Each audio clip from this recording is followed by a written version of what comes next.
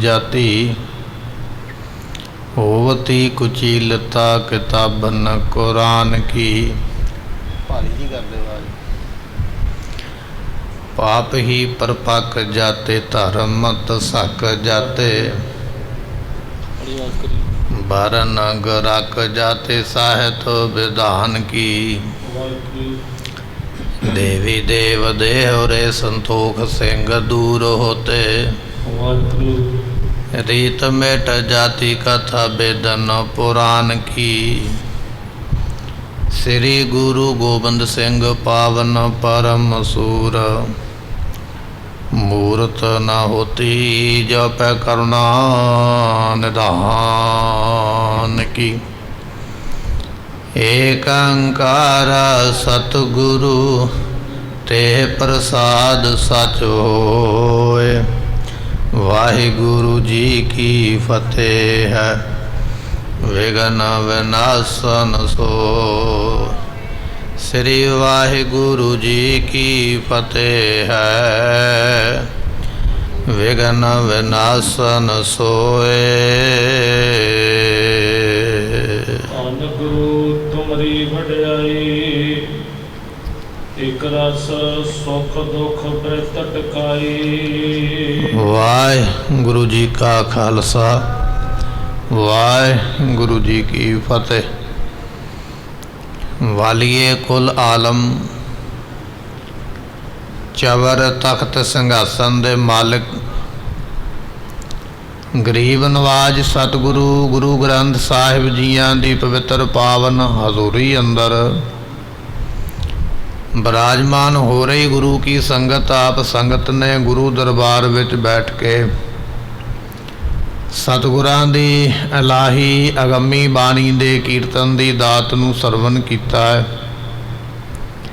इस वेले आपां सतगुरां दे इतिहास गुरु तेग बहादुर पातशाह जियां दा जीवन सरवण करदे हाँ।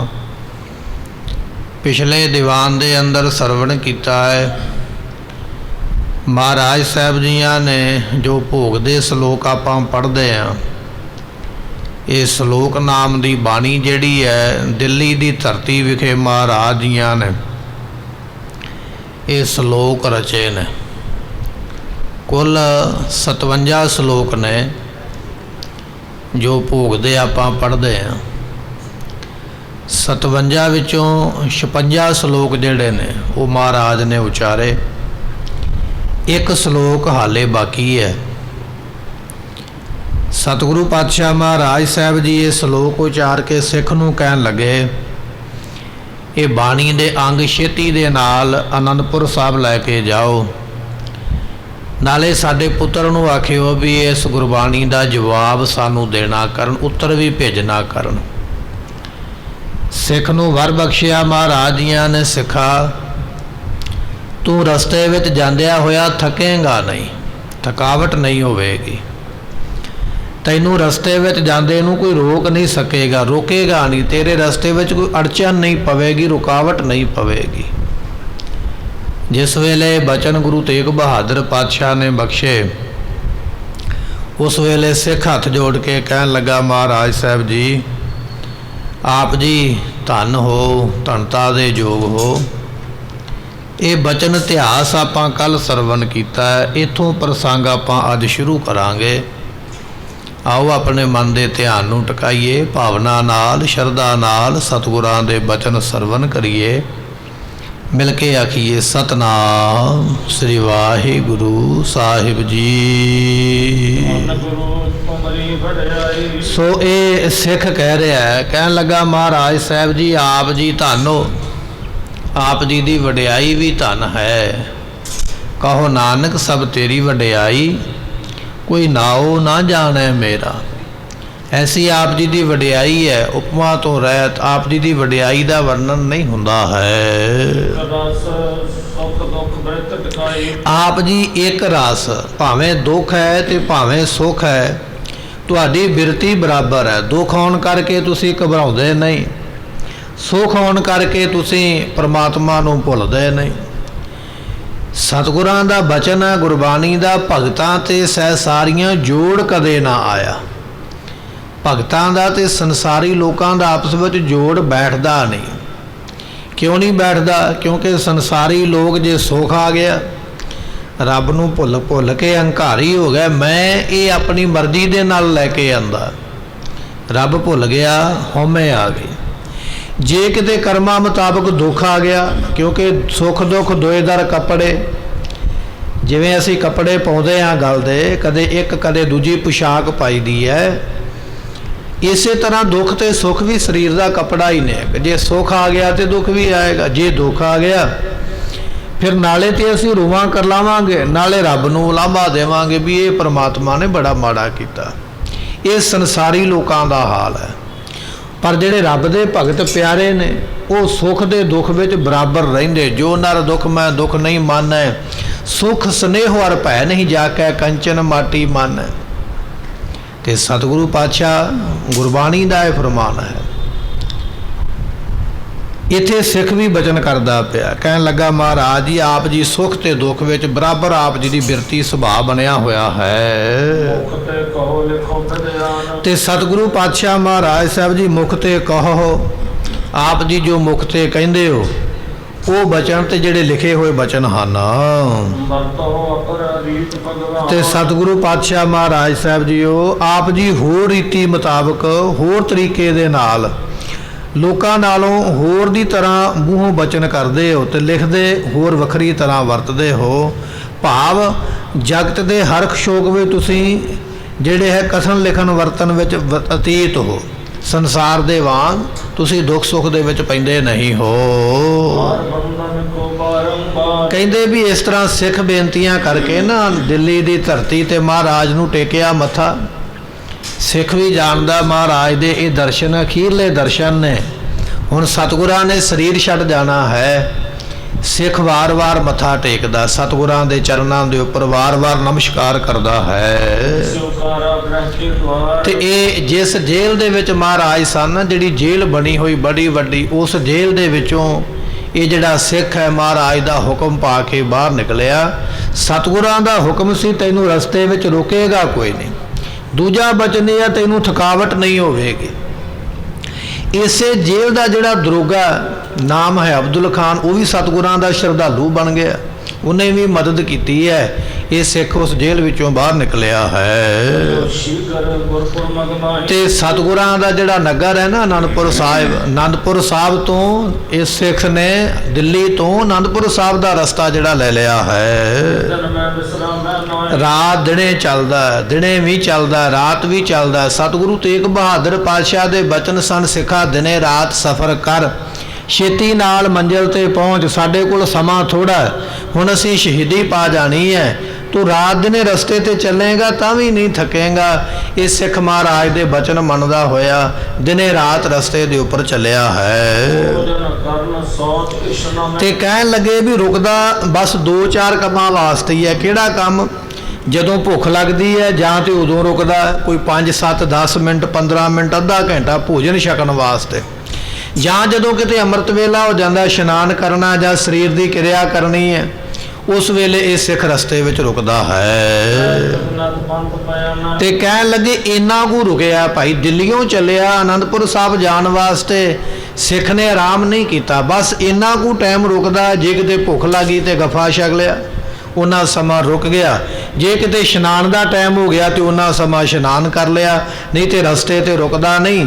ਲਗਾਤਾਰ ਸਿੱਖ ਜਿਹੜਾ ਸਫ਼ਰ ਦੇ ਉੱਪਰ ਤੁਰਿਆ ਜਾਂਦਾ ਹੈ।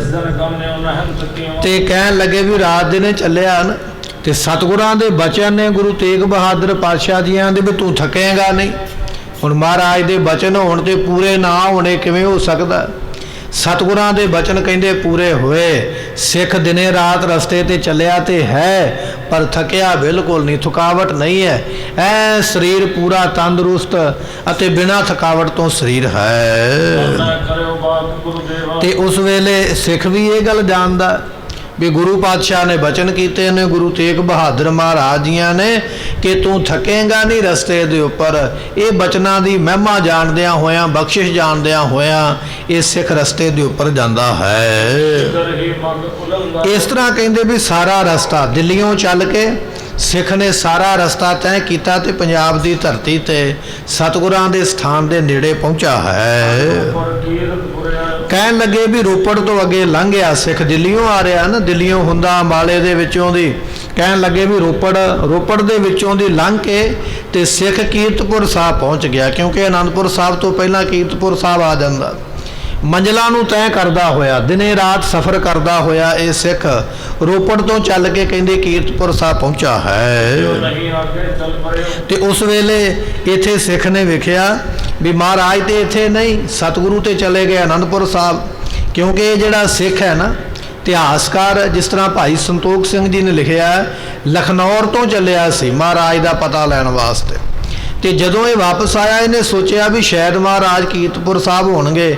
ਜਦੋਂ ਇੱਥੇ ਵੇਖਿਆ ਵੀ ਮਹਾਰਾਜ ਤੇ ਇੱਥੇ ਨਹੀਂ, ਸੰਗਤਾਂ ਨੇ ਦੱਸ ਦਿੱਤਾ ਸਤਿਗੁਰੂ ਤੇ ਅਨੰਦਪੁਰ ਸਾਹਿਬ ਨੇ, ਤੇ ਸਿੱਖ ਵੀ ਫਿਰ ਕੀਰਤਪੁਰ ਸਾਹਿਬ ਰੁਕਿਆ ਨਹੀਂ, ਉਸੇ ਵੇਲੇ ਇਹਨੇ ਅਨੰਦਪੁਰ ਸਾਹਿਬ ਦਾ ਰਸਤਾ ਲੈ ਲਿਆ, ਉਧਰ ਨੂੰ ਚੱਲਿਆ ਹੈ। ਦਰਸ਼ਨ ਸ੍ਰੀ ਅਨੰਦਪੁਰ ਕਰਿਓ ਤੇ ਅਨੰਦਪੁਰ ਸਾਹਿਬ ਸਤਿਗੁਰਾਂ ਦੀ ਪਵਿੱਤਰ ਧਰਤੀ, ਮਹਾਰਾਜ ਸਾਹਿਬ ਜੀਆਂ ਦਾ ਵਸਾਇਆ ਹੋਇਆ ਨਗਰ, ਕਹਿਣ ਲੱਗੇ ਇਹ ਸਿੱਖ ਅਨੰਦਪੁਰ ਸਾਹਿਬ ਪਹੁੰਚ ਗਿਆ ਹੈ। ਪੂਰਾ ਦੁਐ ਘਟਕਾ ਬਾਸੁਰ ਚੜੇ ਕਰਤਨ ਸੌਂਚ ਇਸ਼ਨਾਨ 2 ਘੜੀਆਂ ਦਿਨ ਚੜ ਚੁੱਕਿਆ ਸੀ, 2 ਘੜੀਆਂ 24 ਮਿੰਟਾਂ ਦੀ ਇੱਕ ਘੜੀ ਹੈ, 2 ਘੜੀਆਂ 48 ਮਿੰਟ ਦਾ ਸਮਾਂ, ਆਪਾਂ ਇਹ ਕਹਿ ਸਕਦੇ ਹਾਂ ਪੌਣੇ ਘੰਟੇ ਦਾ ਸਮਾਂ ਦਿਨ ਚੜ ਚੁੱਕਿਆ ਹੈ।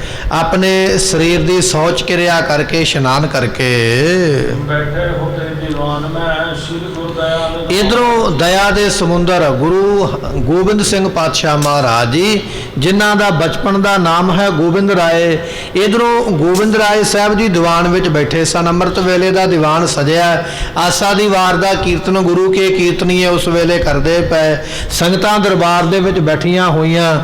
ਇਹਨੇ ਚਿਰ ਨੂੰ ਉਹ ਸਿੱਖ ਜਿਹੜਾ ਦਿੱਲੀੋਂ ਆਇਆ ਸੀ ਨਾ, ਇਹ ਵੀ ਇਸ਼ਨਾਨ ਪਾਨ ਕਰਕੇ ਨਾ ਅੰਮ੍ਰਿਤ ਵੇਲੇ ਜਿਸ ਦੀਵਾਨ ਵਿੱਚ ਮਹਾਰਾਜ ਬੈਠੇ ਸਨ, ਉਸ ਦੀਵਾਨ ਦੇ ਵਿੱਚ ਇਹ ਸਿੱਖ ਪਹੁੰਚ ਗਿਆ ਹੈ। ਲਏ ਪੱਤਰ ਕਾ ਸਿੱਖ ਚਲਿਆ ਇਹ ਜਿਹੜਾ ਸਿੱਖ ਹੈ ਨਾ, ਦਿੱਲੀੋਂ ਚੱਲ ਕੇ ਇਹਨੇ ਹੱਥ ਵਿੱਚ ਉਹ ਪੱਤਰੇ ਫੜੇ ਹੋਏ, ਮਹਾਰਾਜ ਨੇ ਸ਼ਬਦ ਲਿਖਾਏ ਸਨ, ਗੁਣ ਗੋਬਿੰਦ ਗਾਇਓ ਨਹੀਂ ਜਨਮ ਆਕਾਰਥ ਕੀਨ, ਉਹ 56 ਸ਼ਲੋਕ ਜਿਹੜੇ ਨੇ ਲਿਖੇ ਹੋਏ ਗੁਰੂ ਤੇਗ ਬਹਾਦਰ ਪਾਤਸ਼ਾਹ ਦੇ ਵੱਲੋਂ, ਉਹ ਅੰਗ ਇਸ ਨੇ ਫੜੇ ਹੋਏ ਹੱਥ ਦੇ ਵਿੱਚ, ਤੇ ਇਹ ਸਿੱਖ ਉਸ ਵੇਲੇ ਚੱਲ ਕੇ ਅਨੰਦਪੁਰ ਸਾਹਿਬ ਮਹਾਰਾਜ ਦੇ ਦਰਬਾਰ ਵਿੱਚ ਪਹੁੰਚ ਗਿਆ। ਪੰਕਜ ਬਰਸੀਸ ਇਸ ਨੇ 10ਵੇਂ ਪਾਤਸ਼ਾਹ ਸਾਹਿਬ ਗੁਰੂ ਗੋਬਿੰਦ ਸਿੰਘ ਮਹਾਰਾਜ ਜੀਆਂ ਦੀ ਉਮਰਾਂ 9 ਕੁ ਸਾਲ ਦੀ ਹੈ, ਉਸ ਵੇਲੇ ਸਤਿਗੁਰਾਂ ਦੇ ਚਰਨਾਂ ਤੇ ਉਸ ਵੇਲੇ ਮੱਥਾ ਟੇਕਿਆ ਹੈ। ਜੋਰ ਕਰ ਅਰਪਣ ਕੀ ਤੇ ਹੱਥ ਜੋੜ ਕੇ ਫਿਰ ਉਹ ਜਿਹੜੇ ਸ਼ਬਦ ਸਨ ਨਾ ਗੁਰਬਾਣੀ ਦੇ ਪੱਤਰੇ, ਜਾਂ ਮਹਾਰਾਜ ਨੇ ਜਿਹੜੇ ਬਚਨ ਉੱਥੇ ਕਹੇ, ਉਹ ਸਾਰੇ ਬਚਨ, ਉਹ ਕਾਗਜ਼, ਚਿੱਠੀਆਂ ਜੋ ਵੀ ਸਨ, ਮਹਾਰਾਜ ਦੇ ਅੱਗੇ ਭੇਟ ਕੀਤੀਆਂ ਹਨ। ਪਠਿਓ ਨਕਲੀਨ ਪਰਵੀਨ ਤੇ ਸਤਿਗੁਰੂ ਪਹਿਲਾਂ ਹੀ ਜਾਣੀ ਜਾਣ ਮਹਾਰਾਜ, ਜਦੋਂ ਉਹ ਪੱਤਰੇ ਰੱਖੇ ਨਾ ਮਹਾਰਾਜ ਦੇ ਅੱਗੇ, ਤੇ ਸਤਿਗੁਰਾਂ ਨੇ ਜਾਣ ਲਿਆ ਵੀ ਇਹ ਸਾਡੇ ਪਿਤਾ ਗੁਰੂ ਤੇਗ ਬਹਾਦਰ ਪਾਤਸ਼ਾਹ ਦਾ ਸੰਦੇਸ਼ ਲੈ ਕੇ ਆਇਆ ਸਿੱਖ, ਕਿਉਂਕਿ ਮਹਾਰਾਜ ਨੇ ਆਪ ਤੇ ਭੇਜਿਆ ਸੀ ਨਾ ਦਿੱਲੀ ਵੀ ਜਾਓ ਸਾਡੇ ਪਿਤਾ ਦਾ ਪਤਾ ਲੈ ਕੇ ਆਓ। ਹੁਣ ਸਤਿਗੁਰਾਂ ਵੱਲੋਂ ਚਿੱਠੀ ਆਈ ਹੈ, ਸਿੱਖ ਨੂੰ ਪਤਾ ਲੱਗ ਗਿਆ ਵੀ ਪਿਤਾ ਜੀ ਦੀ ਚਿੱਠੀ ਹੈ, ਇਹ ਮਹਾਰਾਜ ਜਾਣ ਕੇ ਖੋਲ ਜਾਨ ਸਭ ਤੇ ਸਤਿਗੁਰੂ ਪਾਤਸ਼ਾਹ ਮਹਾਰਾਜ ਸਾਹਿਬ ਜੀ ਕਹਿਣ ਲੱਗੇ ਸਿੱਖਾ ਫਿਰ ਪੜ੍ਹ। ਨੇੜੇ ਸਿੱਖ ਬੈਠਾ ਸੀ, ਕਹਿੰਦੇ ਭਾਈ ਪੜ੍ਹ ਕੇ ਦੱਸ ਵੀ ਕੀ ਲਿਖਿਆ। ਜਦੋਂ ਇਹ ਚਿੱਠੀ ਪੜ੍ਹੀ ਨਾ ਤੇ ਸਤਿਗੁਰੂ ਜਾਣ ਗਿਆ ਵੀ ਇਹਦਾ ਮਤਲਬ ਕੀ ਹੈ, ਤਾਤ ਪਰ ਕੀ ਹੈ, ਉਹ ਸਭ ਕੁਝ ਜਾਣ ਕੇ ਗਮਨੇ ਜੁਗ ਮਾਤਨ ਬਸ ਤੇ ਸਤਿਗੁਰੂ ਪਾਤਸ਼ਾਹ ਉੱਠ ਬੈਠੇ ਦੀਵਾਨ ਵਿੱਚੋਂ। ਸੰਗਤਾਂ ਨੂੰ ਹੁਕਮ ਹੋਇਆ ਤੁਸੀਂ ਦੀਵਾਨ ਵਿੱਚ ਬੈਠੇ ਰਹੋ। ਧੰਨ ਗੋਬਿੰਦ ਰਾਏ ਸਾਹਿਬ ਜੀ ਉਹ ਕਾਗਜ਼ ਲੈ ਕੇ ਜਿਹੜੇ ਪਿਤਾ ਵੱਲੋਂ ਦਿੱਲੀੋਂ ਆਏ ਨੇ, ਕਾਗਜ਼ ਹੱਥਾਂ ਵਿੱਚ ਲੈ ਕੇ ਉੱਠ ਪਏ, ਤੇ ਜਿੱਥੇ ਗੁਰੂ ਕੇ ਮਹਿਲ ਸਨ, ਅੱਜ ਆਪਾਂ ਮੱਥਾ ਟੇਕਣ ਜਾਂਦੇ ਹਾਂ ਅਨੰਦਪੁਰ ਸਾਹਿਬ ਦੀ ਧਰਤੀ ਤੇ ਗੁਰਦੁਆਰਾ ਸਾਹਿਬ ਬਣਿਆ ਹੋਇਆ ਸੀਸਗੰਜ। ਇਹ ਗੁਰਦੁਆਰਾ ਜਿੱਥੇ ਮਹਾਰਾਜ ਜੀਆਂ ਦੇ ਸੀਸ ਦਾ ਸੰਸਕਾਰ ਹੋਇਆ, ਇਹਦੇ ਨਾਲ ਹੀ ਗੁਰੂ ਕੇ ਮਹਿਲ ਗੁਰਦੁਆਰਾ ਸਾਹਿਬ ਬਣਿਆ ਹੋਇਆ। ਸੋ ਸਤਿਗੁਰੂ ਉਹ ਚਿੱਠੀਆਂ ਲੈ ਕੇ ਹੱਥ ਵਿੱਚ ਦੀਵਾਨ ਵਿੱਚੋਂ ਉੱਠ ਕੇ ਤੇ ਆਪਣੇ ਘਰੇ ਚਲੇ ਗਏ। ਕਿੱਥੇ ਚਲੇ ਗਏ? ਆਪਣੇ ਘਰ ਉਸ ਜਗ੍ਹਾ ਤੇ ਗਏ ਜਿੱਥੇ ਮਾਤਾ ਗੁਜਰੀ ਜੀ ਬੈਠੇ ਸਨ, ਜਿੱਥੇ ਮਾਤਾ ਨਾਨਕੀ ਜੀ ਬੈਠੇ ਸਨ। ਆਪਣੀਆਂ ਮਾਤਾਵਾਂ ਦੇ ਕੋਲ ਉਹ ਗੁਰਬਾਣੀ ਦੇ ਸ਼ਬਦ ਤੇ ਚਿੱਠੀ ਜਿਹੜੀ ਸਤਿਗੁਰਾਂ ਵੱਲੋਂ ਆਈ ਹੈ ਲੈ ਕੇ ਪਹੁੰਚੇ ਹਨ। ਆਸਮੁਖਾ ਗੁਰੂ ਰੂਪ ਉਤਾਰ ਸੋ ਜਿੱਥੇ ਸਤਿਗੁਰਾਂ ਦੇ ਮਾਤਾ ਜੀ ਮਾਤਾ ਨਾਨਕੀ ਜੀ ਔਰ ਜਿੱਥੇ ਸਤਿਗੁਰਾਂ ਦੀ ਸੁਪਤਨੀ ਮਾਤਾ ਗੁਜਰੀ ਜੀ ਦੋਨੇ ਨੌ ਸੱਸ ਦਾ ਰਿਸ਼ਤਾ ਹੈ, ਜਿੱਥੇ ਬੈਠੇ ਹੋਏ ਹਨ। ਹੋਏ ਸੰਸੈ ਧਾਰ ਤੇ ਮਾਤਾ ਜੀ ਮਨ ਵਿੱਚ ਬੜਾ ਸੰਸਾ ਭਰਮ ਕਰਦੇ ਪਏ, ਡਰ ਮਨ ਵਿੱਚ ਰੱਖਿਆ, ਪਤਾ ਨਹੀਂ ਕੀ ਹੋਵੇਗਾ, ਸਤਿਗੁਰੂ ਦਿੱਲੀਓਂ ਵਾਪਸ ਆਉਣਗੇ ਕਿ ਨਹੀਂ ਆਉਣਗੇ, ਸ਼ਹੀਦੀ ਹੋਵੇਗੀ ਕਿ ਮਹਾਰਾਜ ਜੀ ਕੈਦ ਤੋਂ ਛੁੱਟਣਗੇ। ਇਹ ਸੰਸਾ ਬਣਿਆ ਹੋਇਆ ਮਨ ਵਿੱਚ, ਡਰ ਭਰਮ ਬਣਿਆ ਹੋਇਆ। ਮਾਤਾ ਜੀ ਸੋਚਦੇ ਹੀ ਪਏ ਸਨ ਵੀ ਪਤਾ ਨਹੀਂ ਕੀ ਹੋਣਾ ਹੈ। ਇੰਨੇ ਚਿਰ ਨੂੰ ਗੋਬਿੰਦ ਧੰਨ ਗੁਰੂ ਗੋਬਿੰਦ ਸਿੰਘ ਮਹਾਰਾਜ ਜੀ ਉਹ ਕਾਗਜ਼ ਜਿਹੜੇ ਆਏ, ਪੱਤਰਕਾਂ ਜਿਹੜੀਆਂ ਆਈਆਂ ਦਿੱਲੀ ਤੋਂ, ਉਹ ਲੈ ਕੇ ਤੇ ਆਪਣੀ ਮਾਤਾ ਦੇ ਕੋਲ ਪਹੁੰਚੇ ਹਨ।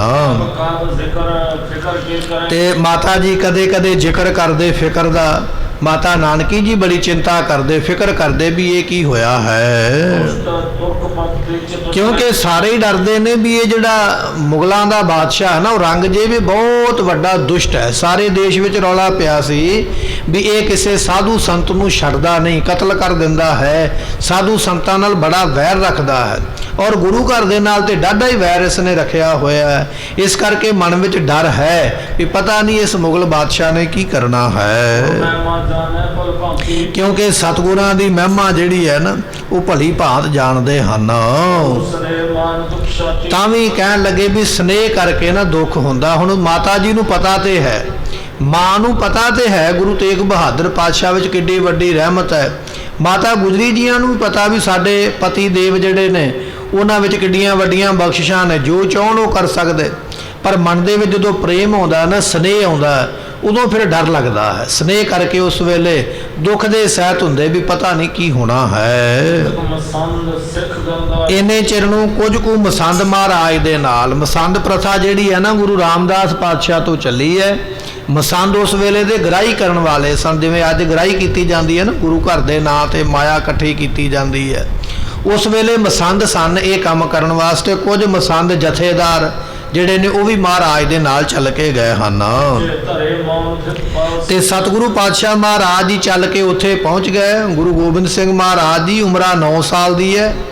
ਉਸ ਵੇਲੇ ਮਹਾਰਾਜ ਜੀਆਂ ਦਾ ਨਾਮ ਗੋਬਿੰਦ ਰਾਏ ਹੈ।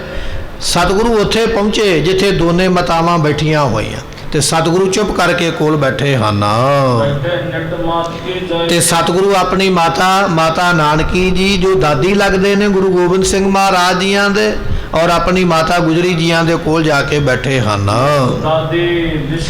ਤੇ ਸਤਿਗੁਰਾਂ ਨੇ ਨਾ ਆਪਣਾ ਮੂੰਹ ਕੀਤਾ। ਆਪਾਂ ਜਿਹਦੇ ਨਾਲ ਗੱਲ ਕਰਨੀ ਹੋਵੇ ਉਹਦੇ ਵੱਲ ਮੂੰਹ ਕਰੀਦਾ ਨਾ, ਉਹਦੇ ਸਨਮੁਖ ਹੋਈਦਾ ਵੀ ਮੈਂ ਤੇਰੇ ਨਾਲ ਗੱਲ ਕਰਦਾ ਪਿਆ। ਸਤਿਗੁਰੂ ਜੀ ਹੁਣ ਬਚਨ ਕਰਨੇ ਚਾਹੁੰਦੇ ਆਪਣੇ ਦਾਦੀ ਜੀ ਦੇ ਨਾਲ। ਮਹਾਰਾਜ ਗੋਬਿੰਦ ਰਾਏ ਸਾਹਿਬ ਜੀਆਂ ਨੇ ਆਪਣਾ ਮੁਖ ਕੀਤਾ ਆਪਣੀ ਦਾਦੀ ਦੇ ਵੱਲ ਤੇ ਸੁਣਾ ਕੇ ਬਚਨ ਫਿਰ ਇਸ ਤਰ੍ਹਾਂ ਕਹਿਣ ਲੱਗੇ ਹਨ। ਕਹਿਣ ਲੱਗੇ ਮਾਤਾ ਜੀ, ਦਾਦੀ ਮਾਤਾ ਜੀ, ਆਹ ਵੇਖੋ ਗੁਰੂ ਤੇਗ ਬਹਾਦਰ ਪਾਤਸ਼ਾਹ ਨੇ ਆਪਣੇ ਹੱਥਾਂ ਦੇ ਨਾਲ ਜਿਹੜਾ ਸੰਦੇਸ਼ ਲਿਖਿਆ, ਜੋ ਚਿੱਠੀ ਲਿਖੀ ਹੈ, ਤੇ ਉਹ ਭਣੇ ਸੰਦੇਸ਼ੇ ਭੇਜੇ ਨੇ, ਸੁਨੇਹਾ ਭੇਜਿਆ ਹੈ ਸਾਡੇ ਕੋਲ ਤੁਹਾਡੇ ਵਾਸਤੇ। ਗੁਰੂ ਤੇਗ ਬਹਾਦਰ ਪਾਤਸ਼ਾਹ ਦੇ ਸੁਨੇਹੇ ਆ ਗਏ ਨੇ ਆਪਣੇ ਕੋਲ। ਕੀ ਉਹ ਕਹਿਣਾ ਚਾਹੁੰਦੇ, ਸੰਦੇਸ਼ਾ ਕੀ ਹੈ, ਸੁਨੇਹਾ ਕੀ ਹੈ, ਉਹ ਸਤਿਗੁਰਾਂ ਦੇ ਭੇਜੇ ਹੋਏ ਸਾਡੇ ਕੋਲ ਆਏ ਹਨ। ਇਹ ਬਚਨ ਜਿਹੜੇ ਨੇ ਸੰਗਤ ਵਾਸਤੇ ਉਪਦੇਸ਼ ਦਿੱਤਾ ਹੈ। ਸਾਹਿਬ ਗੁਰੂ ਗੋਬਿੰਦ ਸਾਹਿਬ ਮਹਾਰਾਜ ਜੀ ਕਹਿ ਰਹੇ ਨੇ ਵੀ ਗੁਰੂ ਤੇਗ ਬਹਾਦਰ ਪਾਤਸ਼ਾਹ ਨੇ ਸੰਗਤ ਵਾਸਤੇ ਉਪਦੇਸ਼ ਦੇ ਬਚਨ ਕੀਤੇ ਹਨ। ਤੇ ਆਹ ਸਿੱਖ ਮੇਰੇ ਕੋਲ ਹੀ ਖਲੋਤਾ। ਉਹ ਸਿੱਖ ਵੀ ਨਾਲ ਹੀ ਸੀ ਜਿਹੜਾ ਦਿੱਲੀੋਂ ਚੱਲ ਕੇ ਗਿਆ। ਸਤਿਗੁਰਾਂ ਨੇ ਇਸ਼ਾਰਾ ਕੀਤਾ, ਕਹਿਣ ਲੱਗੇ ਆਹ ਜਿਹੜਾ ਸਿੱਖ ਆਇਆ ਨਾ ਨਾਲ ਖਲੋਤਾ ਹੋਇਆ, ਇਹ ਮਾਤਾ ਜੀ ਹੁਣੇ ਹੀ ਚਿੱਠੀ ਲੈ ਕੇ ਆਇਆ, ਹਾਲੇ ਅੰਮ੍ਰਿਤ ਵੇਲੇ ਚਿੱਠੀ ਇਹ ਦੀਵਾਨ ਦੇ ਵਿੱਚ ਸਾਡੇ ਕੋਲ ਪਹੁੰਚੀ ਹੈ। ਤੇ ਸਤਿਗੁਰਾਂ ਨੇ ਇਸ ਤਰ੍ਹਾਂ ਕਹਿ ਕੇ ਨਾ, ਤੇ ਮਹਾਰਾਜ ਦਾ ਅਰਦਾਸੀਆ ਸਿੱਖ ਕੋਲ ਖਲੋਤਾ, ਅਰਦਾਸ ਕਰਨ ਵਾਲਾ। ਉਸ ਵੇਲੇ ਮਰਿਆਦਾ ਕੀ ਸੀ, ਸਤਿਗੁਰੂ ਜਦੋਂ ਤਖਤ ਤੇ ਬੈਠਦੇ ਸਨ ਨਾ ਦੀਵਾਨ ਦੇ ਵਿੱਚ, ਤੇ ਮਹਾਰਾਜ ਦੇ ਸਾਹਮਣੇ ਅਰਦਾਸੀਏ ਸਿੱਖ ਖਲੋ ਜਾਂਦੇ ਸਨ। ਜਦੋਂ ਕੋਈ ਸੰਗਤ ਆਉਂਦੀ, ਸੰਗਤ ਆ ਕੇ ਉਹਨਾਂ ਨੂੰ ਲਿਖਵਾ ਦਿੰਦੀ ਵੀ ਮੈਂ ਫਲਾਣੇ ਦੇਸ਼ ਵਿੱਚੋਂ ਆਇਆ ਆ, ਮੈਂ ਮਹਾਰਾਜ ਵਾਸਤੇ ਇਹ ਲੈ ਕੇ ਆਇਆ, ਜਾਂ ਮੇਰੇ ਮਨ ਦੀ ਇਹ ਅਰਦਾਸ ਹੈ, ਮੇਰੀ ਇਹ ਇੱਛਾ ਹੈ। ਉਹ ਸੰਗਤ ਕੋਲੋਂ ਪੁੱਛ ਕੇ ਫਿਰ ਉਹ ਸਿੱਖ ਮਹਾਰਾਜ ਦੇ ਅੱਗੇ ਅਰਦਾਸ ਕਰਦਾ ਵੀ ਮਹਾਰਾਜ ਇਹ ਫਲਾਣਾ ਸਿੱਖ ਫਲਾਣੇ ਦੇਸ਼ ਤੋਂ ਆਇਆ ਹੈ, ਇਹ ਤੁਹਾਡੇ ਵਾਸਤੇ ਇਹ ਭੇਟਾ ਲੈ ਕੇ ਆਇਆ, ਜਾਂ ਇਹਦੀ ਇਹ ਸੁਖਣਾ ਹੈ, ਜਾਂ ਇਹਦੀ ਕਾਮਨਾ ਹੈ। ਉਸ ਨੂੰ ਮੇਵੜਾ ਕਿਹਾ ਜਾਂਦਾ ਸੀ, ਸਤਿਗੁਰਾਂ ਦੇ ਅੱਗੇ ਅਰਦਾਸ ਕਰਨ ਵਾਲਾ। ਉਹ ਮੇਵੜਾ ਸਿੱਖ ਮਹਾਰਾਜ ਦੇ ਕੋਲ ਹੀ ਖਲੋਤਾ ਹੈ। ਤੇ ਸਤਿਗੁਰਾਂ ਨੇ ਨਾ ਫਿਰ ਆਪਣੀ ਮਾਤਾ ਜੀ ਨੂੰ ਇੰਨੇ ਬਚਨ ਕਹਿ ਕੇ ਨਾ ਵੀ ਸਾਡੇ ਪਿਤਾ ਦੀ ਚਿੱਠੀ ਆਈ ਹੈ, ਇੰਨੀ ਗੱਲ ਦੱਸ ਕੇ ਮਹਾਰਾਜ ਨੇ ਫਿਰ ਮੇਵੜੇ ਸਿੱਖ ਨੂੰ ਕੋਲ ਬੁਲਾਇਆ। ਮਹਾਰਾਜ ਕਹਿੰਦੇ ਉਰੇ ਆ ਭਾਈ। ਉਹ ਸਿੱਖ ਨੂੰ ਕੋਲ ਬੁਲਾ ਕੇ ਤੇ ਸਤਿਗੁਰੂ ਪਾਤਸ਼ਾਹ ਕਹਿੰਦੇ ਵੀ ਆਹ ਕਾਗਜ਼ ਆਏ ਨੇ, ਚਿੱਠੀ ਆਈ ਹੈ ਦਿੱਲੀ ਤੋਂ, ਇਹਨੂੰ ਪਹਿਲਾਂ ਚੰਗੀ ਤਰ੍ਹਾਂ ਤੂੰ ਪੜ੍ਹ ਲਾ, ਪੜ੍ਹ ਕੇ ਜਿੱਥੋਂ ਸਮਝ ਨਹੀਂ ਪੈਂਦੀ ਉਸ ਨੂੰ ਵਿਚਾਰ ਕੇ ਤੇ ਸਾਰਿਆਂ ਨੂੰ ਸੁਣਾ, ਪੜ੍ਹ ਕੇ ਸਾਰੀ ਸੰਗਤ ਵਿੱਚ ਸਾਰਿਆਂ ਨੂੰ ਸੁਣਾਓ ਵੀ ਇਹ ਚਿੱਠੀ ਵਿੱਚ ਲਿਖਿਆ ਕੀ ਹੈ, ਗੁਰੂ ਤੇਗ ਬਹਾਦਰ ਪਾਤਸ਼ਾਹ ਨੇ ਕੀ ਆਖਿਆ ਹੈ। ਅਰਦਾਸੀਏ ਸਿੱਖ ਦੇ ਹੱਥ ਵਿੱਚ ਮਹਾਰਾਜ ਨੇ ਉਹ ਕਾਗਜ਼ ਦੇ ਦਿੱਤੇ, ਆਖਿਆ ਚੰਗੀ ਤਰ੍ਹਾਂ ਵਿਚਾਰ ਕੇ ਪੜ੍ਹ ਕੇ ਸਮਝ ਕੇ ਤੇ ਸਾਰੀ ਸਿੱਖ ਨੂੰ ਸੁਣਾਉਣਾ ਕਰ। ਤੇ ਉਹ ਜਿਹੜਾ ਮੇਵੜਾ ਸੀ ਨਾ ਅਰਦਾਸੀਆ ਪੜ੍ਹਨ ਵਾਲਾ ਚਿੱਠੀ, ਉਸਨੇ ਮਹਾਰਾਜ ਦੇ ਮੰਨੇ ਬਚਨ ਪਹਿਲਾਂ ਚਿੱਠੀ ਨੂੰ ਚੰਗੀ ਤਰ੍ਹਾਂ ਪੜ੍ਹਿਆ ਵਿਚਾਰਿਆ ਤੇ ਹੁਣ ਸਾਰਿਆਂ ਨੂੰ ਪੜ੍ਹ ਕੇ ਚਿੱਠੀ ਸੁਣਾਉਣ ਲੱਗਾ ਹੈ। ਜਿਵੇਂ ਮਹਾਰਾਜ ਨੇ ਸੰਗਤ ਦੇ ਪ੍ਰਤੀ ਉਪਦੇਸ਼ ਦਿੱਤਾ ਸੀ। ਆਪਾਂ ਪਿੱਛੇ ਦੀਵਾਨ ਵਿੱਚ ਬਚਨ ਸਰਵਣ ਕੀਤਾ ਹੈ। ਸਤਿਗੁਰਾਂ ਨੇ ਬਚਨ ਲਿਖਿਆ, ਗੁਣ ਗੋਬਿੰਦ ਗਾਇਓ ਨਹੀਂ ਜਨਮ ਅਕਾਰਤ ਕੀਨ, ਕਹੋ ਨਾਨਕ ਭਜ ਹਰ ਮਨਾ ਜਿਹੇ ਬਿਦ ਜਲ ਕੋ ਮੀਨ। ਇਹ ਸ਼ਲੋਕ ਸੰਗਤ ਦੇ ਪ੍ਰਤੀ ਮਹਾਰਾਜ ਨੇ ਬਖਸ਼ਿਸ਼ ਕੀਤੇ। ਵੈਰਾਗਮਈ ਉਪਦੇਸ਼ ਇਹ ਹੈ ਵੀ ਜਿਨ੍ਹਾਂ ਨੇ ਪਰਮੇਸ਼ਰ ਦੇ ਗੁਣ ਨਹੀਂ ਨਾ ਗਾਏ ਉਹਨਾਂ ਦਾ ਜਨਮ ਨਿਸਫਲ ਚਲੇ ਗਿਆ ਹੈ। ਜਿਵੇਂ ਮੱਛੀ ਪਾਣੀ ਤੋਂ ਬਿਨਾਂ ਤੜਫਦੀ ਹੈ, ਜਿਹਨੇ ਨਾਮ ਨਹੀਂ ਜਪਿਆ, ਕਮਾਈ ਨਹੀਂ ਕੀਤੀ, ਉਹ ਲੋਕ ਪਰਲੋਕ ਦੇ ਵਿੱਚ ਤੜਫਦਾ ਹੀ ਰਹਿੰਦਾ ਹੈ, ਦੁਖੀ ਹੁੰਦਾ। ਇਹ ਸੰਗਤ ਪ੍ਰਤੀ ਉਪਦੇਸ਼ ਸ਼ਲੋਕ ਜਿਹੜੇ ਨੇ ਉਹ ਜਿਵੇਂ ਜਿਵੇਂ ਮਹਾਰਾਜ ਨੇ ਲਿਖੇ ਉਹ ਸਾਰੇ ਸੰਗਤ ਨੂੰ ਉਸ ਵੇਲੇ ਸੁਣਾਏ ਗਏ ਹਨ। ਤੇ ਇਹਨਾਂ ਸ਼ਲੋਕਾਂ ਵਿੱਚ ਬੈਰਾਗ ਹੀ ਬੈਰਾਗ ਹੈ। ਜਦੋਂ ਆਪਾਂ ਸ਼ਲੋਕ ਪੜ੍ਹਦੇ ਹਾਂ ਨਾ ਭੋਗ ਦੇ, ਤੇ ਮਹਾਰਾਜ ਜੀ ਨੇ ਇਹਨਾਂ ਸ਼ਲੋਕਾਂ ਵਿੱਚ ਸੰਸਾਰ ਦਾ ਮੋਹ ਛੱਡਣ ਦੀ ਗੱਲ ਕੀਤੀ ਹੈ, ਸੰਸਾਰ ਦੇ ਪਦਾਰਥਾਂ ਦਾ ਲੱਭ ਛੱਡਣ ਦੀ ਗੱਲ ਕੀਤੀ ਹੈ। ਇਹਨਾਂ ਬਚਨਾਂ ਨੂੰ ਉਸ ਵੇਲੇ ਵੈਰਾਗਮਈ ਬਚਨਾਂ ਨੂੰ ਸੰਗਤ ਵਿੱਚ ਪੜ੍ਹ ਕੇ ਸੁਣਾਇਆ ਹੈ। ਤੇ ਸਤਿਗੁਰਾਂ ਨੇ ਲਿਖਿਆ ਕੀ ਹੈ, ਕਹਿਣ ਲੱਗੇ ਪਹਿਲਾ ਬਚਨ ਇਹ ਹੈ, ਦੁਨੀਆ ਵਿੱਚ ਕੋਈ ਵੀ ਬੰਦਾ ਸਦਾ ਵਾਸਤੇ ਨਹੀਂ ਰਹਿ ਸਕਦਾ। ਦੁਨੀਆ ਵਿੱਚ ਭਾਵੇਂ ਕੋਈ ਅਵਤਾਰ ਹੋਇਆ, ਭਾਵੇਂ ਕੋਈ ਪੈਗੰਬਰ ਹੋਇਆ, ਭਾਵੇਂ ਕੋਈ ਦੈਂਤ ਹੈ ਤੇ ਭਾਵੇਂ ਕੋਈ ਮਨੁੱਖ ਹੈ, ਭਾਵੇਂ ਕੋਈ ਪਸ਼ੂ ਹੈ ਤੇ ਭਾਵੇਂ ਕੋਈ ਜਾਨਵਰ ਹੈ, ਸੰਸਾਰ ਵਿੱਚ ਸਰੀਰ ਨਹੀਂ ਕਦੇ ਵਾਸਤੇ ਰਹਿੰਦਾ। ਇਹਦੀ ਇੱਕ ਬੁਨਿਆਦ ਹੈ, ਇੱਕ ਗਰੰਟੀ, ਇੱਕ ਸਮਾਂ ਆਪਾਂ ਕਹਿ ਸਕਦੇ ਹਾਂ। ਕਿਸੇ ਦਾ 50 ਸਾਲ ਦਾ, ਕਿਸੇ ਦਾ 100 ਸਾਲ ਦਾ ਸਮਾਂ ਵੱਧਾ ਗਿਆ, ਉਹ ਸਮੇਂ ਮੁਤਾਬਕ ਸਰੀਰ ਛੱਡ ਕੇ ਜਾਣਾ। ਇਹ ਸਿੱਖ ਜਿਹੜਾ ਬਚਨ ਪੜ੍ਹ ਕੇ ਸੁਣਾਉਂਦਾ ਪਿਆ, ਸਤਿਗੁਰਾਂ ਦਾ ਬਚਨ ਵੈਰਾਗਮਈ ਇਹ ਹੈ ਵੀ ਦੁਨੀਆ ਨੂੰ ਛੱਡ ਕੇ ਸਾਰਿਆਂ ਨੇ ਜਾਣਾ ਹੈ। ਕਿਉਂਕਿ ਦੁਨੀਆ ਵਿੱਚ ਕੋਈ ਵੀ ਰਹਿ ਨਹੀਂ ਸਕਦਾ, ਪੱਕੇ ਤੌਰ ਤੇ ਕੋਈ ਰਹਿ ਨਹੀਂ ਸਕਦਾ। ਕੋਈ ਇਹ ਨਹੀਂ ਕਹਿ ਸਕਦਾ ਵੀ ਮੈਂ ਨਹੀਂ ਦੁਨੀਆ ਛੱਡ ਕੇ ਜਾਣਾ। ਜਾਣ ਨੂੰ ਜੀ ਨਹੀਂ ਕਰਦਾ ਕਿਸੇ ਦਾ, ਪਰ ਫਿਰ ਵੀ ਜਾਣਾ ਪੈਂਦਾ ਹੈ। ਇਹ ਸੰਸਾਰ ਇਹੋ ਜਿਹਾ ਹੈ। ਦੁਨੀਆ ਦੇ ਵਿੱਚ ਬੜੇ ਬੜੇ ਵੱਡੇ ਤਾਕਤ ਵਾਲੇ ਲੋਕ ਹੋਏ, ਆਪਾਂ ਤੇ ਕੁਝ ਵੀ ਨਹੀਂ। ਕਲਯੁਗ ਦੇ ਵਿੱਚ ਨਾ ਸਰੀਰਾਂ ਵਿੱਚ ਇੰਨੀ ਤਾਕਤ ਹੈ, ਨਾ ਸਾਡੇ ਕੋਲ ਇੰਨਾ ਪਦਾਰਥ ਹੈ ਵੀ ਅਸੀਂ ਸਦਾ ਵਾਸਤੇ ਦੁਨੀਆ ਤੇ ਰਹੀਏ। ਸੰਸਾਰ ਵਿੱਚ ਉਹ ਵੀ ਹੋਏ ਨੇ ਜਿਨ੍ਹਾਂ ਕੋਲ ਇੰਨੀ ਤਾਕਤ ਸੀ ਵੀ ਉਹਨਾਂ ਨੇ ਵਾਰੀ ਮੰਗ ਛੱਡੇ, ਮੈਂ ਦਿਨੇ ਨਹੀਂ ਮਰਾਂਗਾ, ਰਾਤ ਨਹੀਂ ਮਰਾਂਗਾ। ਹਰਨਾਕਸ਼ ਵਰਗੇ ਹੋਏ। ਮੈਖਾਸੁਰ ਨਾਮ ਦਾ ਇੱਕ ਦੈਂਤ ਹੋਇਆ, ਕਹਿਣ ਲੱਗੇ ਸਤਯੁਗ ਤ੍ਰੇਤੇ ਦੇ ਵਿੱਚ ਉਹਨੇ ਵਾਰੀ ਇਹ ਮੰਗ ਲਿਆ ਸੀ ਵੀ ਮੈਨੂੰ ਮੌਤ ਕੋਈ ਦੇ ਹੀ ਨਾ ਸਕੇ। ਜਦੋਂ ਮੇਰੀ ਮੌਤ ਹੋਵੇ ਉਹ ਕਿਸੇ ਇਸਤਰੀ ਦੇ ਹੱਥੋਂ ਹੋ ਜਾਵੇ। ਉਹਦੇ ਮਨ ਦਾ ਵਿਚਾਰ ਇਹ ਸੀ ਵੀ ਇਸਤਰੀ ਬੜੀ ਕਮਜ਼ੋਰ ਹੈ, ਇਹ ਮੈਨੂੰ ਕਿੱਥੇ ਮਾਰ ਸਕਦੀ ਹੈ। ਇਹੋ ਜਿਹੇ ਵਰ ਮੈਖਾਸੁਰ ਵਰਗਿਆਂ ਨੇ ਲੈ ਲੈ, ਪਰ ਕਹਿਣ ਲੱਗੇ ਜਦੋਂ ਸਮਾਂ ਆਇਆ ਨਾ ਤੇ ਮੌਤ ਦਾ ਕਾਰਨ ਉਹਨਾਂ ਦਾ ਵੀ ਬਣ ਗਿਆ, ਉਹ ਵੀ ਮਰ ਕੇ ਦੁਨੀਆ ਤੋਂ ਚਲੇ ਗਏ। ਸੋ ਇਸ ਦੁਨੀਆ ਵਿੱਚ ਅਫਲਾਤੂ ਵਰਗੇ ਹੋਏ ਜਿਨ੍ਹਾਂ ਨੇ ਆਪਣੇ ਵਰਗੇ ਬੁੱਤ ਬਣਾ ਲਏ ਤੇ ਛੁਪ ਗਏ ਵੀ ਅਸੀਂ ਮੌਤ ਨੂੰ ਭੁਲੇਖਾ ਪਾ ਦੇਵਾਂਗੇ। ਪਰ ਪਾਤਸ਼ਾਹ ਕਹਿਣ ਲੱਗੇ ਨਹੀਂ, ਵੱਡੇ ਵੱਡੇ ਹੋਏ ਸਭ ਚੱਲ ਗਏ। ਦੁਨੀਆ ਤੇ ਜਿੰਨੇ ਵੱਡੇ ਭਾਵੇਂ ਤਾਕਤ ਵਾਲੇ ਸਨ, ਭਾਵੇਂ ਬੜੇ ਹੁਸ਼ਿਆਰ ਸਨ, ਪਰ ਦੁਨੀਆ ਵਿੱਚ ਰਹਿ ਕੋਈ ਨਹੀਂ ਪਾਏ। ਉਹ ਸਾਰੇ ਜਿਹੜੇ ਦੁਨੀਆ ਤੋਂ ਉਹ ਚਲੇ ਗਏ। ਸੋ ਇਹ ਮਹਾਰਾਜ ਸਾਹਿਬ ਜੀ ਇੱਥੇ ਉਪਦੇਸ਼ ਜਿਹੜਾ ਉਹ ਬਖਸ਼ਿਸ਼ ਕਰਦੇ ਹਨ। ਦੁਨੀਆ ਦੇ ਵਿੱਚ ਰਾਮਚੰਦਰ ਅਵਤਾਰ ਹੋਏ ਨੇ। 10,000 ਸਾਲ ਦੀ ਉਮਰ ਭਗਵਾਨ ਰਾਮਚੰਦਰ ਦੀ ਹੈ। 1000 ਸਾਲ ਦੀ ਉਮਰ ਭਗਵਾਨ ਕ੍ਰਿਸ਼ਨ ਜੀਆਂ ਦੀ ਹੈ। ਕਹਿਣ ਲੱਗੇ ਐਸੇ ਅਵਤਾਰ ਜਿਹੜੇ ਹੋਏ, ਰਾਮ ਗਇਓ ਰਾਵਣ ਗਇਓ ਜਾਕੋ ਬਹੁ ਪਰਿਵਾਰ, ऐसी लंबी उम्र वाले राम जी भी दुनिया छड्ड के चले गए, ऐसी लंबी उम्र वाले भगवान कृष्ण जी शरीर छड्ड के चले गए, ऐसी लंबी उम्र वाले रावण वर्गे दुनिया नूं छड्ड के चले गए। सो ये जिवें जिवें युग बदले उवें उवें उम्र घटी है। त्रेते युग दे विच 10,000 साल जिहड़ा शरीर की उम्र हुंदी सी, 10,000 साल बंदा दुनिया ते रहिंदा। अगला युग द्वापर आ गया, 10 गुना उम्र घटी है, 1,000 साल की उम्र लोग मानते तो फिर जाते। कल युग का समा आया, 10 गुना उम्र होर घट गई, केवल 100 साल ही कोल रह गया। सो इत्थे महाराज बचन लिखते पे, कहन लगे भावें भगवान कृष्ण जी सन, भावें भगवान रामचंद्र जी सन, भावें रावण सी ते भावें कोई होर शक्तिशाली दुनिया में रहा कोई नहीं, सारे चले गए। सो महाराज जियां दा बचन आपां पढ़ते हैं ना, कहन लगे कहाँ विसासा इस भांडे का, ये शरीर ते कच्चा घड़ा है, कच्चा घड़ा माड़ा जिहा हथों छुटिया नहीं तो टुटिया नहीं, तो शरीर भी भाई माड़ा जे लागी ना चोट ठनका के लग गया तो उस वेले शरीर भी नासवंत खिन भंगर हो जाने वाला है। राजा प्रजा सम कर मारै ऐसो काल बडानी रे, काल इहो जिहा ताकत वाला ना राजियां नूं छड्डदा ना महाराजियां नूं छड्डदा। रो विचार नावें पातशाह ने श्लोक बचन किए, कहन लगे दुनिया ते वड्डे वड्डे अवतार भी नहीं रहे भाई, दुनिया ते वड्डे वड्डे राजे नहीं रहे, ये संसार सारा आउण जाण दी खेड़ है। ते फिर महाराज जियां ने अगे ब्रह्म ज्ञानी दे लक्षण कथन किए। ब्रह्म ज्ञानी कौन हुंदा, ब्रह्म ज्ञानी किनू कहीदा, उन्हां ब्रह्म ज्ञानियां दे लक्षण की हुंदे वो दसदे हन। ब्रह्म ज्ञानी उन्होंने कहा जाता है जिन्हों तन की हंगता ना होवे, अपने शरीर का ना मान होवे ते ना मोह होवे। साडे मन विच मान भी है, मैं बड़ा सोहना, ये मान ही है ना, मेरा शरीर बड़ा तगड़ा, ये भी साडे मन विच मान है, मैं बड़ा गुणी हाँ, ये साडे मन विच मान का लक्षण है। पर महाराज कहन लगे ब्रह्म ज्ञानी के मन दे विच मान का लक्षण नहीं हुंदा। दूजा साडे शरीर दे विच मोह दा, ये बड़ा भारी ये जिहड़ा अवगुण है, असी शरीर दे नाल बड़ा मोह करदे, परिवारां नाल मोह करदे, पर पातशाह कहंदे ब्रह्म ज्ञानी दा मोह भी नहीं हुंदा किसे नाल, वो ब्रह्म दी अवस्था विच ही जिहड़ा है वो विचरदा है। ते सतगुरु पातशाह महाराज जियां ने बचन भी लिखे गुरबाणी दे विच, कहन लगे भाई ब्रह्म ज्ञानी नूं ना मान है ना मोह है, इन्हां चीज़ां तो परे हुंदा है।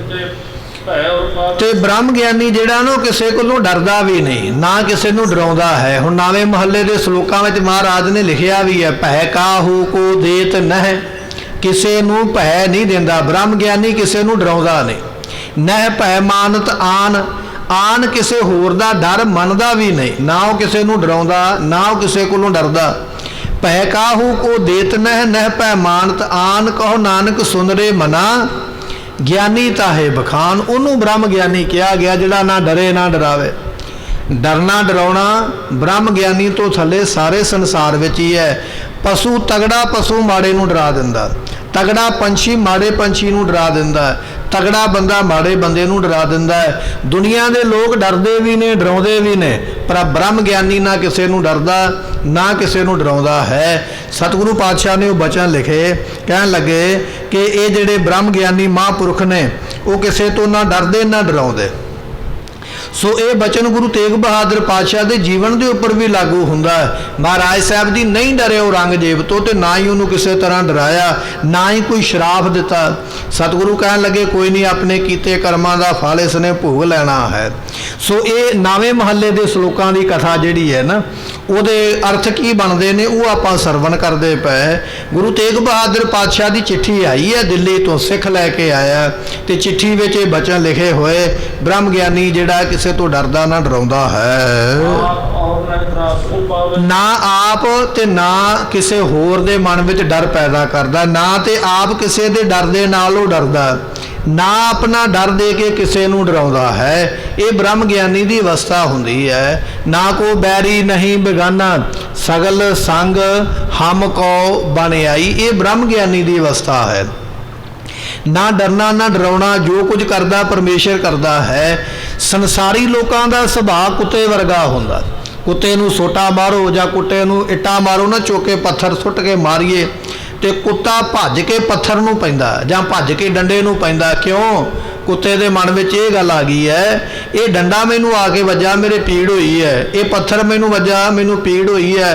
ਕੁੱਤਾ ਭੱਜ ਕੇ ਚੱਕ ਵੱਢੇਗਾ ਡੰਡੇ ਨੂੰ ਜਾਂ ਪੱਥਰ ਨੂੰ, ਪਰ ਕੁੱਤਾ ਇਹ ਗੱਲ ਭੁੱਲ ਗਿਆ, ਡੰਡਾ ਆਪਣੇ ਆਪ ਨਹੀਂ ਵੱਜਾ, ਪੱਥਰ ਆਪਣੇ ਆਪ ਨਹੀਂ ਵੱਜਾ, ਉਹਨੂੰ ਮਾਰਨ ਵਾਲਾ ਪਿੱਛੇ ਕੋਈ ਹੋਰ ਹੈ। ਸਾਡੇ ਲੋਕਾਂ ਦੀ ਹਾਲਤ ਇਹੋ ਜਿਹੀ ਹੈ, ਜਦੋਂ ਸਾਡੇ ਤੇ ਕੋਈ ਦੁੱਖ ਆ ਜਾਂਦਾ ਨਾ, ਵਿਪਤਾ ਆ ਜਾਂਦੀ, ਉਦੋਂ ਅਸੀਂ ਇਹ ਸੋਚਦੇ ਹਾਂ ਵੀ ਇਹ ਦੁੱਖ ਮੈਨੂੰ ਫਲਾਣੇ ਬੰਦੇ ਨੇ ਦਿੱਤਾ ਹੈ, ਪਰ ਇਹ ਅਸੀਂ ਭੁੱਲ ਗਏ ਬੰਦਾ ਤੇ ਦੁੱਖ ਦੇਣ ਵਾਲਾ ਮੈਨੂੰ ਹੈ ਕੋਈ ਨਹੀਂ, ਇਹ ਦੁੱਖ ਤੇ ਮੇਰੇ ਕਰਮਾਂ ਦਾ ਹੈ ਤੇ ਪਿੱਛੋਂ ਤੁਰਿਆ ਆਇਆ ਤੇ ਜਿਹੜਾ ਮੈਂ ਆਪਣੇ ਕਰਮਾਂ ਦੇ ਮੁਤਾਬਕ ਭੋਗਦਾ ਪਿਆ। ਬ੍ਰਹਮ ਗਿਆਨੀ ਜਿਹੜੇ ਮਹਾਂਪੁਰਖ ਹੁੰਦੇ ਨੇ, ਉਹਨਾਂ ਦੀ ਅਵਸਥਾ ਸ਼ੇਰ ਵਰਗੀ ਹੁੰਦੀ ਹੈ। ਸ਼ੇਰ ਨੂੰ ਕੋਈ ਡੰਡਾ ਮਾਰੇ, ਕੋਈ ਰੋੜਾ ਮਾਰੇ, ਤੇ ਸ਼ੇਰ ਡੰਡੇ ਤੇ ਰੋੜੇ ਵੱਲ ਨਹੀਂ ਵੇਖਦਾ ਵੀ ਕਿੰਨੇ ਮਾਰਿਆ ਜਾਂ ਕਿੱਧਰੋਂ ਆਇਆ। ਸ਼ੇਰ ਇਹ ਵੇਖਦਾ ਵੀ ਮਾਰਿਆ ਕਿੰਨੇ ਆ, ਜਿਹਨੇ ਮਾਰਿਆ ਨਾ ਉਹਦੇ ਉੱਪਰ ਉਹ ਹਮਲਾ ਕਰਦਾ ਹੈ। ਉਹਨੂੰ ਪਤਾ ਵੀ ਡੰਡਾ ਆਪਣੇ ਆਪ ਨਹੀਂ ਵੱਜਾ, ਕਿਸੇ ਨੇ ਮਾਰਿਆ ਤੇ ਤਾਂ ਵੱਜਾ ਹੈ। ਡੰਡੇ ਵੱਲ ਨਹੀਂ, ਕਰਮ ਵੱਲ ਧਿਆਨ ਨਹੀਂ, ਕਰਮ ਕੀਤਾ ਕਿੰਨੇ ਆ ਉਹਦੇ ਵੱਲ ਧਿਆਨ ਹੈ। ਕਹਿਣ ਲੱਗੇ ਇਸੇ ਤਰ੍ਹਾਂ ਪ੍ਰਮਾਤਮਾ ਦੇ ਪਿਆਰੇ ਜਿਹੜੇ ਹੁੰਦੇ ਨੇ ਨਾ, ਉਹ ਜਦੋਂ ਕੋਈ ਦੁੱਖ ਆਉਂਦਾ, ਕੋਈ ਸੁੱਖ ਆਉਂਦਾ, ਤੇ ਉਹ ਉਸ ਵੇਲੇ ਪ੍ਰਮਾਤਮਾ ਦੀ ਦਾਤ ਜਾਣਦੇ ਨੇ, ਬੰਦਾ ਕੌਣ ਦੇਣ ਵਾਲਾ ਹੈ। ਇਹ ਦੁੱਖ ਤੇ ਸੁੱਖ ਜੋ ਵੀ ਆ ਰਿਹਾ ਪ੍ਰਮਾਤਮਾ ਦਾ ਭਾਣਾ ਹੈ। ਐਸੀ ਅਵਸਥਾ ਉਹਨਾਂ ਦੀ ਬਣ ਜਾਂਦੀ ਹੈ। ਸਤਿਗੁਰੂ ਪਾਤਸ਼ਾਹ ਕਹਿਣ ਲੱਗੇ, ਆਪ ਔਰ ਨਹਿ ਤਰਾਸ ਉਪਾਵੈ। ਬ੍ਰਹਮ ਗਿਆਨੀ ਨਾ ਕਿਸੇ ਦੇ ਡਰ ਤੋਂ ਡਰਦਾ ਹੈ, ਨਾ ਕਿਸੇ ਨੂੰ ਡਰ ਦਿੰਦਾ ਹੈ, ਐਸੀ ਅਵਸਥਾ ਦਾ ਮਾਲਕ ਹੈ। ਅਤੇ ਉਹਨਾਂ ਦੀ ਉਸਤਤ ਨਿੰਦਿਆ ਨਾਹੇ ਜਿਹੇ ਕੰਚਨ ਲੋਹ ਸਮਾਨ। ਇਹ ਬਚਨ ਆਪਾਂ ਪੜ੍ਹਦੇ ਹਾਂ ਨਾ ਸ਼ਲੋਕਾਂ ਦੇ ਵਿੱਚ, ਉਸਤਤ ਨਿੰਦਿਆ ਨਾਹੇ ਜਿਹੇ। ਬ੍ਰਹਮ ਗਿਆਨੀ ਦੀ ਕੋਈ ਉਸਤਤ ਕਰੀ ਜਾਵੇ, ਸਾਨੂੰ ਕੋਈ ਮਾੜੀ ਜੀ ਫੂਕ ਛਕਾਵੇ ਤੇ ਅਸੀਂ ਪਾੜ ਜਾਂਦੇ ਹਾਂ ਵੀ ਬੱਲੇ ਬੱਲੇ, ਵਾਕਿਆ ਹੀ ਮੈਂ ਇਸੇ ਗੁਣ ਦਾ ਮਾਲਕ ਹਾਂ। ਭਾਵੇਂ ਸਾਡੇ ਵਿੱਚ ਉਹ ਗੁਣ ਹੋਵੇ ਤੇ ਭਾਵੇਂ ਨਾ ਹੋਵੇ, ਪਰ ਕਿਸੇ ਨੇ ਸਾਨੂੰ ਚਾਰ ਗੱਲਾਂ ਕਹਿ ਦਿੱਤੀਆਂ ਤੇ ਅਸੀਂ ਯਕੀਨ ਕਰ ਲੈਣਾ ਵੀ ਵਾਕਿਆ ਹੀ ਮੈਂ ਇਹ ਤਾਰੀਫ ਦਾ ਮਾਲਕ ਹਾਂ।